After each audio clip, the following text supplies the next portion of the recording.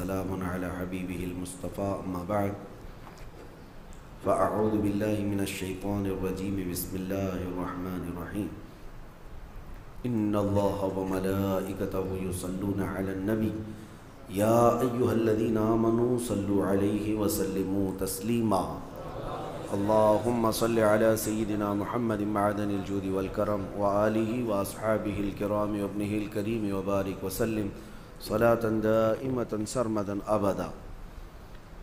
سیرت مصطفیٰ صلی اللہ تعالیٰ علیہ وسلم کے اس سلسلے میں آج ہم کو عرض کرنا ہے نبی پاک صلی اللہ تعالیٰ علیہ وسلم کی عمر مبارکہ کی 25 سال سے لے کر کے 40 سال تک کی جو زندگی تھی وہ خانگی معاملات میں گزری، یعنی ام المومنین خدیجۃ الکبریٰ رضی اللہ تعالیٰ عنہا سے نکاح کے بعد نبی پاک صلی اللہ تعالیٰ علیہ وسلم نے وہ بھرپور زندگی اور ایک مثالی زندگی پوری دنیا کے لیے عطا فرمائی۔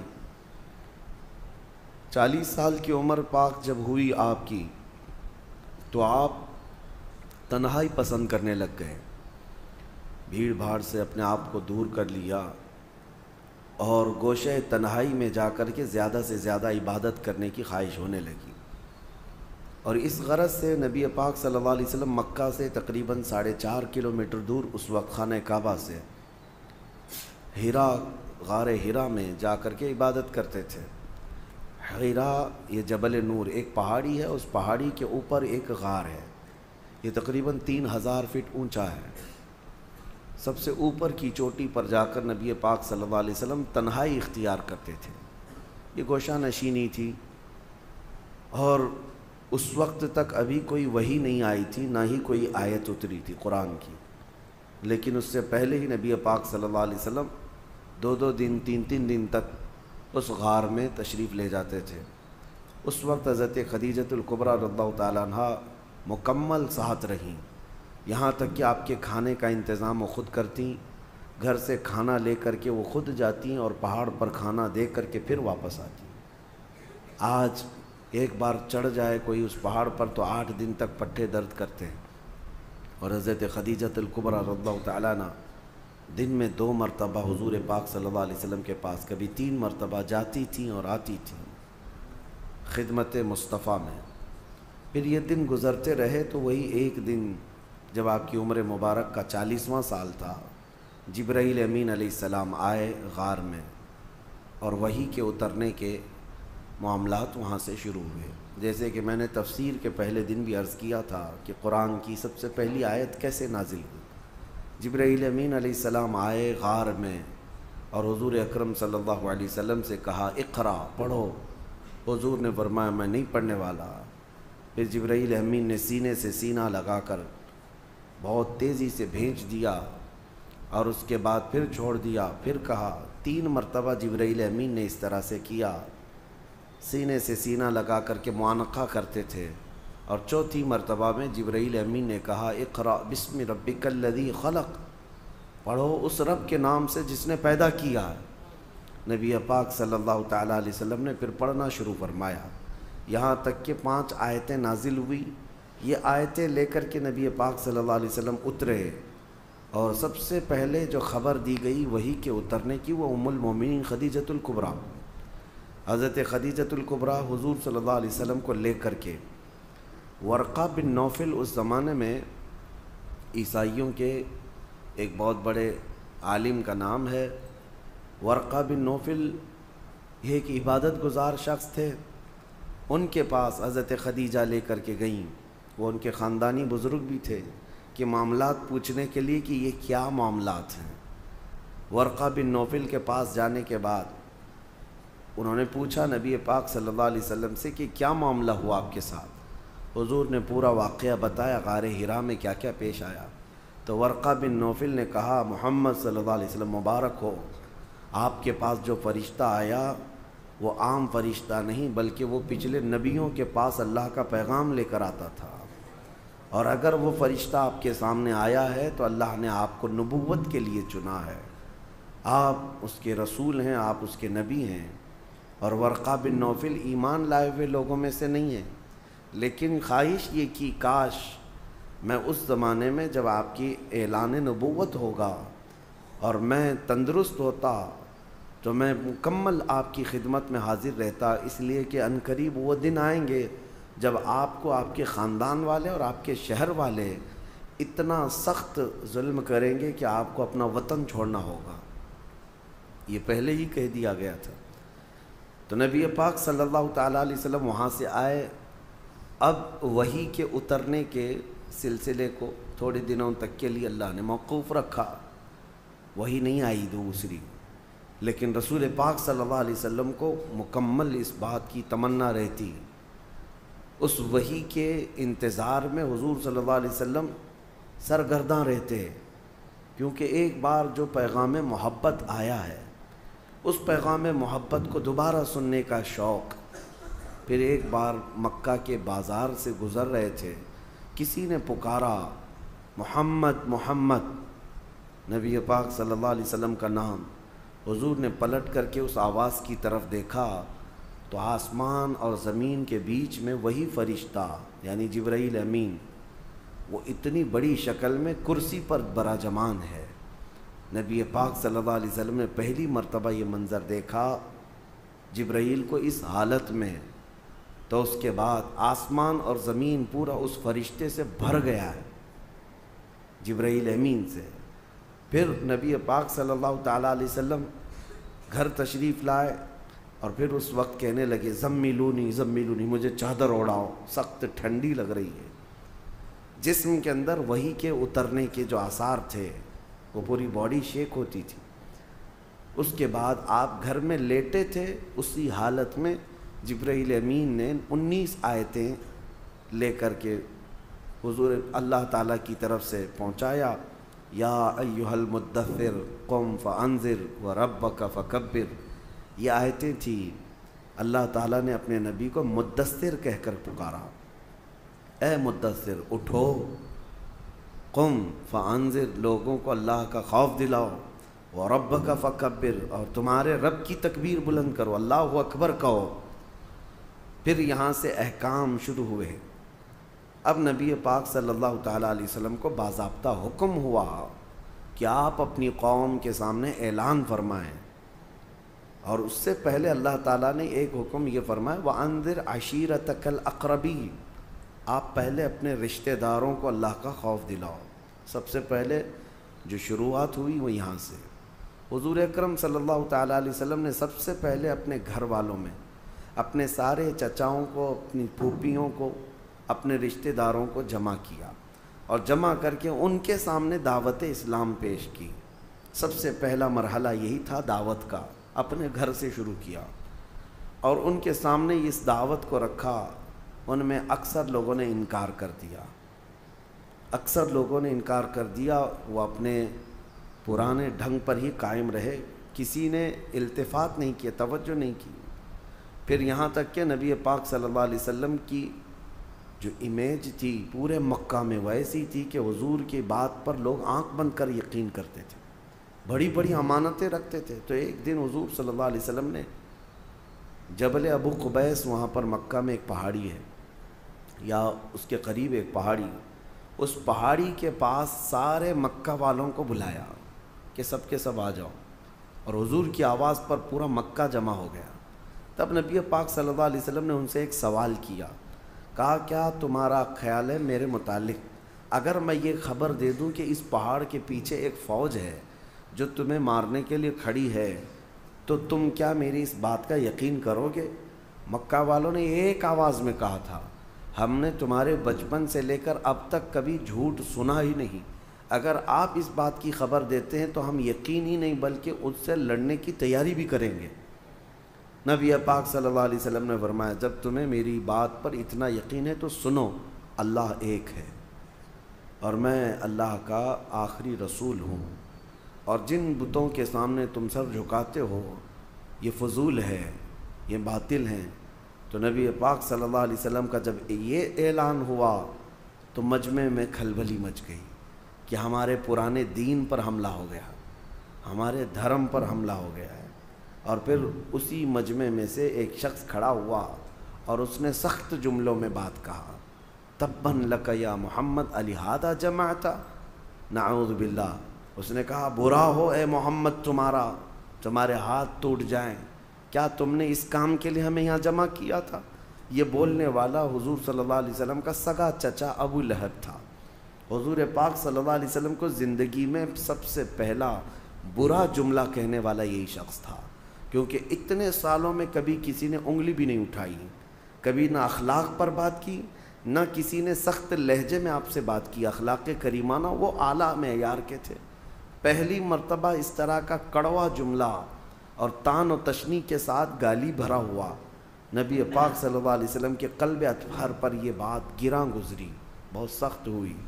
لیکن اس مجمع سے حضور اکرم صلی اللہ تعالیٰ علیہ وسلم لوٹے تھے کہ ہاں تاریخ میں یہ ہے، اب جو لوگ ایمان لائے ان میں بچوں میں سب سے پہلے مولا علی کرم اللہ وجہہ الکریم، جب آپ کی عمر 9 سال کی تھی۔ بڑی عمر والوں میں سب سے پہلے ایمان لانے والے حضرت ابوبکر صدیق رضی اللہ عنہ، عورتوں میں سب سے پہلے ایمان لانے والی سیدہ خدیجۃ الکبریٰ رضی اللہ تعالیٰ عنہ، اور غلاموں میں سب سے پہلے ایمان لانے والے حضرت زید بن حارثہ رضی اللہ تعالیٰ عنہ، اور حضرت بلال حبشی رضی اللہ تعالیٰ عنہ کا بھی نام ہے۔ یہ لوگ سب سے پہلے ایمان لانے والوں میں ہیں، سب سے پہلے جو لوگ ایمان لائے۔ اب یہ وہ لوگ تھے، اس میں حضرت ابوبکر حضرت خدیجہ کو چھوڑیں تو باقی تو سب ان کے حالات ایسے نہیں تھے کہ وہ پورے مکہ والوں سے پنگا لے لیتے، مقابلہ کر سکتے۔ کمزور لوگوں سے دین شروع ہوا، اور جو لوگ شروع میں اسلام میں داخل ہوتے تھے وہ غریب صحابہ تھے، کمزور تھے، لیکن ایمان اتنا مضبوط تھا کہ ہر مصیبت کے لیے وہ ڈٹے رہتے تھے، ہر بڑی سی بڑی مصیبت کو فیس کرنے کو تیار تھے۔ اب یہاں سے تبلیغ اسلام کا سلسلہ شروع ہوا۔ شروع کے سالوں میں نبی پاک صلی اللہ علیہ وسلم نے پوشیدہ طریقے سے ہی دعوت اسلام دی، پوشیدہ طریقے سے، یعنی بالکل اوپنلی دعوت نہیں دی جاتی تھی، تنہا ایک ایک شخص کو کنونس کرنا۔ جیسے حضرت ابوبکر صدیق کی دعوت پر حضرت عثمان غنی ایمان لائے، حضرت ابوبکر صدیق کی دعوت پر حضرت زبیر، حضرت طلحہ، یہ لوگ بھی ایمان لائے۔ تو یہ جو ایک دوسرے سے ایمان کا سلسلہ چلتا رہا۔ باضابطہ طور پر تبلیغ کب ہوئی؟ حضور اکرم صلی اللہ تعالیٰ علیہ وسلم ایک بازار میں تشریف لے گئے، وہاں پر لوگوں کے درمیان خطاب کر رہے تھے کہ ابو جہل درمیان میں آیا، پوری دھول اڑایا حضور پاک صلی اللہ علیہ وسلم پر، اور نہایت سخت جملوں میں کہنے لگا کہ لوگوں اس شخص کی بات مت سنو کہ یہ اس کا ذہنی توازن خراب ہو گیا، نعوذ باللہ، بڑے بڑے برے الفاظ کہتا ہوا۔ اب یہاں سے تکلیفوں کا دور بھی شروع ہو گیا، آزمائش کا دور۔ ایک بات یاد رکھیں، کوئی بھی مشن لے کر کے کھڑا ہونا معمولی نہیں اس دنیا میں، اور وہ بھی نبی پاک صلی اللہ علیہ وسلم نے ایسے پتھر دلوں کے سامنے وہ عظیم دین کو پیش کیا تھا۔ اب آپ اندازہ کر سکتے ہیں وہ لوگ کس قدر ایگریسو تھے، اسی سے آپ اندازہ کریں کہ حضور جیسے شخص کو جو لوگ اچھی طرح جانتے تھے اخلاق میں کیا ہیں، لیکن حضور جب حرم کعبہ میں آتے تو ان کے ساتھ کیا کیا کرتے تھے لوگ، کیا کیا کچرے ڈالے، بہت ساری چیزیں کی، یہاں تک کہ عقبہ بن ابی معیط نام کا ایک ظالم شخص ایسا ہے، حضور ایک بار مسجد حرم میں آئے تھے نماز ادا کرنے کے لیے، اس نے اپنا گمچھا جو رومال ہوتا ہے وہ حضور صلی اللہ علیہ وسلم کے گلے میں ڈال کر گول گھمانا شروع کیا، اور اتنا گھما کر کے کھینچا کہ حضور اکرم صلی اللہ علیہ وسلم کے گلے پاک پر سوجن آ گئی تھی۔ یہ سب معاملات حضور کے ساتھ ہوئے، اور جو صحابہ ایمان لائے تھے ان کی بڑی آزمائش تھی، بڑی آزمائش تھی۔ حضرت ابو فقیہہ ایک غلام تھے، ان کو ان کا آقا اتنا مارتا تھا، یہاں تک کہ راستے میں لے کر جا رہا تھا تو ایک جانور ہوتا ہے چھوٹا سا، اس جانور کو دیکھ کر کے اس نے کہا کہ تیرا خدا یہی تو نہیں ہے۔ اس وقت حضرت ابو فقیہہ کا ایمان دیکھیں، جیسے اس نے گستاخی کی، پکار کر کہنے لگے اللہ ربنا اللہ ربنا، ہمارا رب اللہ ہے، ہمارا رب اللہ ہے، وہ ایک ہے۔ وہ ظالموں کو جلانے کے لیے یہی اتنا ہی کافی تھا، اتنا ہی کافی تھا۔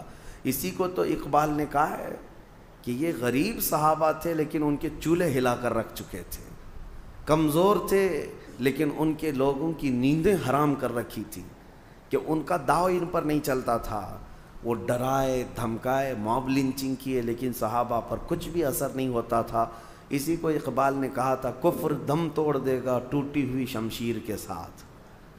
تمہارے پاس بڑے ہتھیار ہونے ضروری نہیں ہیں، ٹوٹی ہوئی شمشیر، ٹوٹی تلوار۔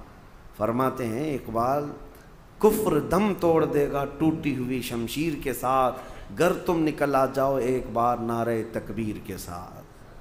وہ نعرہ تکبیر کس کا تھا؟ وہ صحابہ کا تھا، ہر گھڑی ہر لمحے۔ اب جو تکلیف اٹھائے ہوئے صحابہ ہیں ان کی ایک لسٹ ہے لمبی، کون کون سے صحابہ ہیں جنہوں نے اسٹرگل کیا ہے بہت سخت طریقے سے۔ اس میں حضرت ابو فقیہہ، حضرت بلال حبشی، حضرت خباب ابن الارت، حضرت خبیب ابن عدی، حضرت عمار بن یاسر جن کو آگ میں جلایا گیا تھا، آگ میں جلایا گیا، حضرت سیدہ سمیہ جن کو گھوڑے کے ٹانگوں میں باندھ کر کے دوڑایا گیا تھا، وہ بڑی عمر کی خاتون تھی، ان کی شرمگاہ پر تیر مار کر کے انہیں شہید کیا گیا تھا۔ یہ اسلام کی سب سے پہلی شہیدہ ہے، سب سے پہلے شہید ہونے والی خاتون ہے۔ مکہ میں یہ جو اسٹرگل کا زمانہ شروع ہو گیا، تو اب میں آپ کو یہاں سٹیپ بائی سٹیپ عرض کروں گا۔ نبوت کے جو سال شروع ہوئے، پہلا سال، دوسرا سال، تیسرا سال، چوتھا سال، اس طرح سے 40 سال کی عمر پاک میں نبی پاک صلی اللہ علیہ وسلم نے اپنے نبوت کا اعلان فرمایا۔ آپ ایک بات یاد رکھیں، فرق محسوس کریں۔ بہت سارے لوگ یہ کہتے ہیں حضور 40 سال کی عمر میں نبی بنائے گئے۔ حضور نبی بنائے نہیں گئے، حضور نے تو فرمایا میں تو اس وقت بھی نبی تھا جب آدم علیہ السلام کو مٹی اور پانی میں گوندھا جا رہا تھا، وہ تو نبی اس وقت بھی تھے۔ اور نبی میرے آقا صلی اللہ علیہ وسلم اولین آخرین سب کے نبی ہیں، لیکن نبوت کا اعلان کرنے کا حکم 40 سال کی عمر میں ہو۔ اس کو ہمیشہ سے احتیاط کریں۔ بعض لوگ ایسی ہی بک جاتے ہیں کہ حضور کو 40 سال کی عمر میں نبوت ملی۔ نبوت ان کی زمانے سے تھی، لیکن اعلان کرنے کا حکم کب ہوا؟ 40 سال کی عمر میں۔ اب یہاں سے دور نبوت شروع ہوا، اب اس کو دور نبوت کہتے ہیں۔ 40 سال پہلے کی جو زندگی میں نے آپ کو رکھا وہ مختصراً وہ حضور کی ایک سیرت ایسی ہے جو آئیڈیل ہے، مثالی ہے۔ بچپنا، جوانی، شادی کے معاملات، تجارت کے معاملات 40 سال کی عمر تک۔ لیکن اب اصل جو یعنی پوری دنیا کے لیے اسوہ حسنہ ہے، جس کو قرآن نے کہا ہے لَقَدْ كَانَ لَكُمْ فِي رَسُولِ اللَّهِ أُسْوَةٌ حَسَنَةٌ، تمہارے لیے رسول اللہ کی زندگی بہترین آئیڈیل ہے، نمونہ ہے۔ اب وہ دور نبوت کو آپ کے سامنے رکھنا ہے۔ 23 سال تک، 40 سال کی عمر سے لے کر کے حضور اکرم صلی اللہ علیہ وسلم کی عمر جب 63 سال کی ہوئی، یہ پورا دور نبوت ہے۔ دور نبوت کو ہم 2 حصوں میں ڈیوائیڈ کرتے ہیں، ایک مکی حصہ ہے اور ایک مدنی حصہ ہے۔ 13 سال مکہ میں دور نبوت کے گزرے اور 10 سال مدینے میں دور نبوت کے گزرے۔ دونوں دور بہت الگ الگ ہے، ڈیفرنٹ ہیں۔ مجھے آپ کو اسٹیپ بائی اسٹیپ عرض کرنا ہے 13 سال مکہ میں کس طرح گزرے، پہلا سال کیا تھا، دوسرے سال کون سے واقعات پیش آئے، تیسرے سال کون سے واقعات پیش آئے۔ ہر ایک سال کی کچھ خصوصیات ہیں، وہ انشاءاللہ العزیز آپ کو سلسلہ بسلسلہ عرض کیے جائیں گے۔ مکہ کا دور مکمل اسٹرگل کا دور ہے، یہاں کوئی جہاد کی آیت نہیں اتری تھی۔ 13 سال صبر کیا گیا، ہر چیز کو سہا گیا ہے۔ لیکن جب ہجرت ہوئی، مدینے میں جانے کے بعد اسلامک حکومت اسٹیبلش ہوئی، اسٹیٹ آف اسلام جس کو کہیں آپ، یعنی سب سے پہلی چیز جو نبی پاک صلی اللہ علیہ وسلم نے قانون، پارلیمنٹ، ایک نظام جو قائم کیا وہ مدینہ طیبہ۔ مدینہ کی بھی 10 سال، پہلا مدنی سال، دوسرا مدنی سال، تیسرا مدنی سال، ہر ایک کی خصوصیات ہیں اور ان میں جنگیں بھی ہوئی ہیں۔ ہم اس کو تقسیم کر کے اب اصل سیرت کو یہاں سے آپ کے سامنے رکھتے ہیں۔ روزانہ میں انشاءاللہ العزیز سلسلہ بسلسلہ آپ کے سامنے رکھنے کی کوشش کرتا ہوں۔ اللہ کریم میرے آقا صلی اللہ تعالیٰ علیہ وسلم کی سیرت طیبہ پر ہمیں عمل کی توفیق عطا فرمائے۔ مولا کریم نبی پاک صلی اللہ علیہ وسلم کا سچا عشق اور سچی محبت ہمارے سینوں میں عطا فرمائے۔ وآخر دعوانا ان الحمدللہ رب العالمین۔ صلاۃ و سلام کی کریں۔